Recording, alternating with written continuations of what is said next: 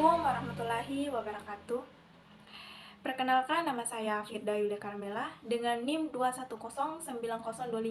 2109025010113, kelas A, Prodi Pendidikan Akuntansi.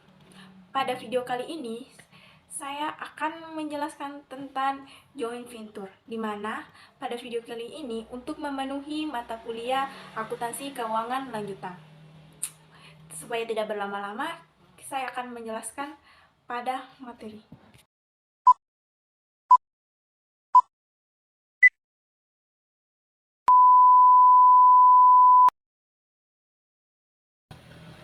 Jadi, joint venture memiliki istilah.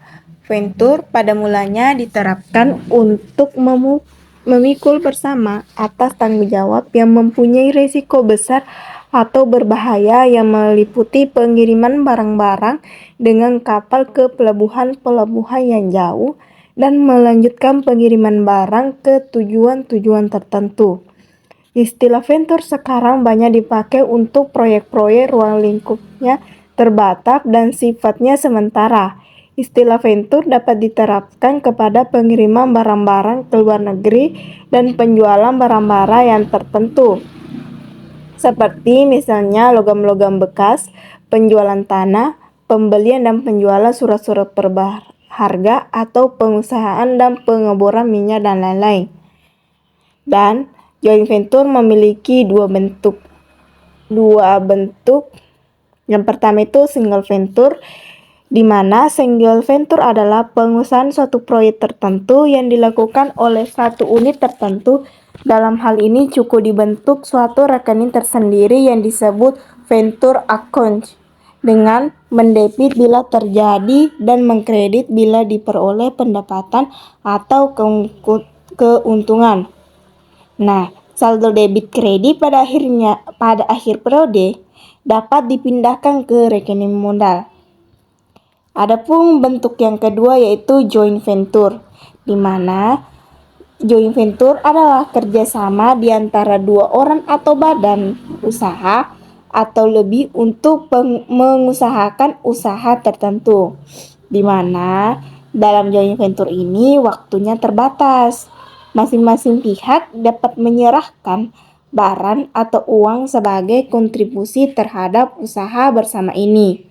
Keuntungan atau kerugian bakal dibagi sama rata. Sebelum pembagian keuntungan biasanya diperhitungkan terlebih dahulu seperti bunga modal, komisi, bonus, dan lain-lain untuk pihak yang telah berjasa.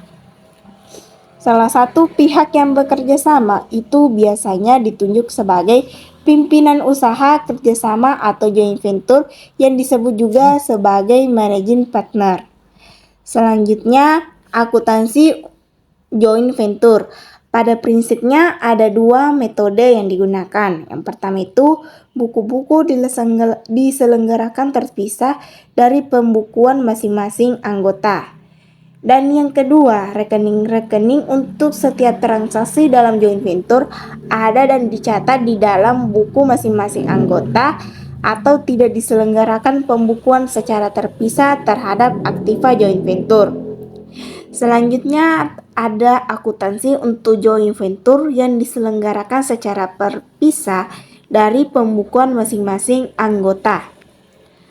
Apabila terdapat aktivitas joint venture diselenggarakan pembukuan secara terpisah dari pembukuan masing-masing anggota, maka joint venture dianggap sebagai suatu unit usaha yang terpisah dari pemiliknya. Oleh karena itu, bentuk usaha bersama di dalam joint venture mempunyai karakteristik yang sama dengan persekutuan. Maka, pembukuan diselenggarakan juga sama dengan pembukuan di dalam persekutuan. Selanjutnya terdapat akuntansi untuk joint venture untuk diselenggarakan secara terpisah.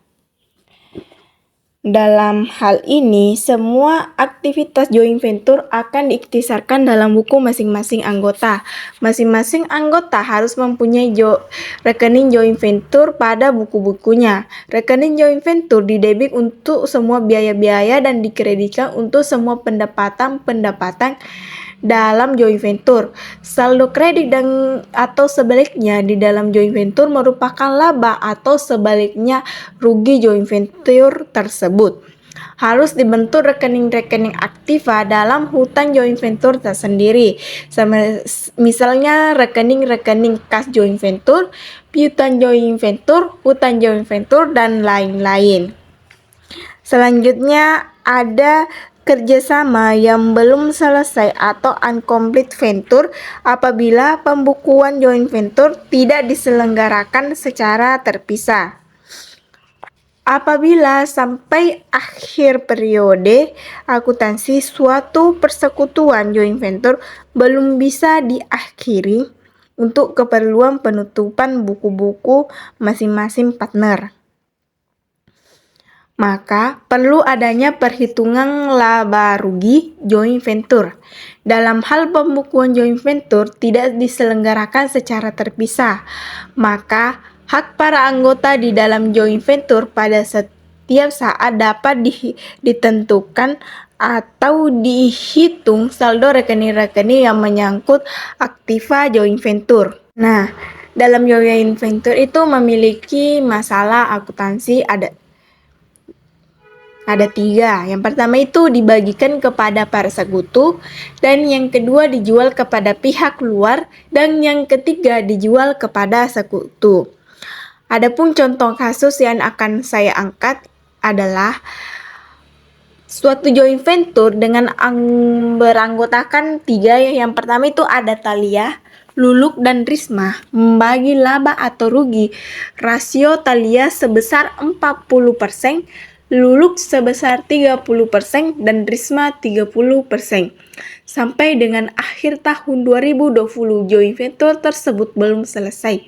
Ikhtisar saldo rekening-rekening yang diselenggarakan oleh joint venture per 31 Desember 2020 adalah seperti tabel yang terdapat pada layar.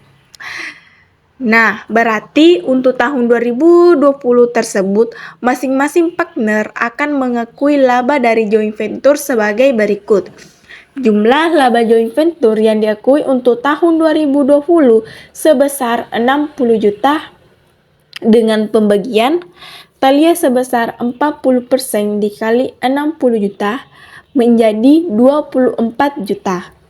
Dan untuk pembagian Luluk sebesar 30% dikali 60 juta menjadi 18 juta. Dan pembagian untuk Risma sebesar 30% dikali 60 juta sebesar 18 juta.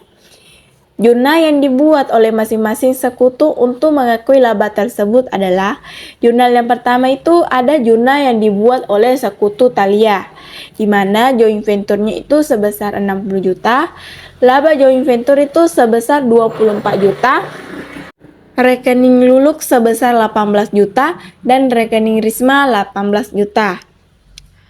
Selanjutnya terdapat jurnal yang kedua itu jurnal yang dibuat oleh sekutu Lulu. Joint venture-nya sebesar 60 juta, laba joint venture sebesar 18 juta, dan rekening Thalia sebesar 24 juta, dan rekening Risma sebesar 18 juta. Dan jurnal yang ketiga yaitu jurnal yang dibuat oleh sekutu Risma, di mana joint venture-nya itu sebesar 60 juta, laba joint venture itu sebesar 18 juta, rekening Thalia sebesar 24 juta, dan rekening Lulu sebesar 18 juta. Demikian pemaparan materi dan penjelasan dari saya.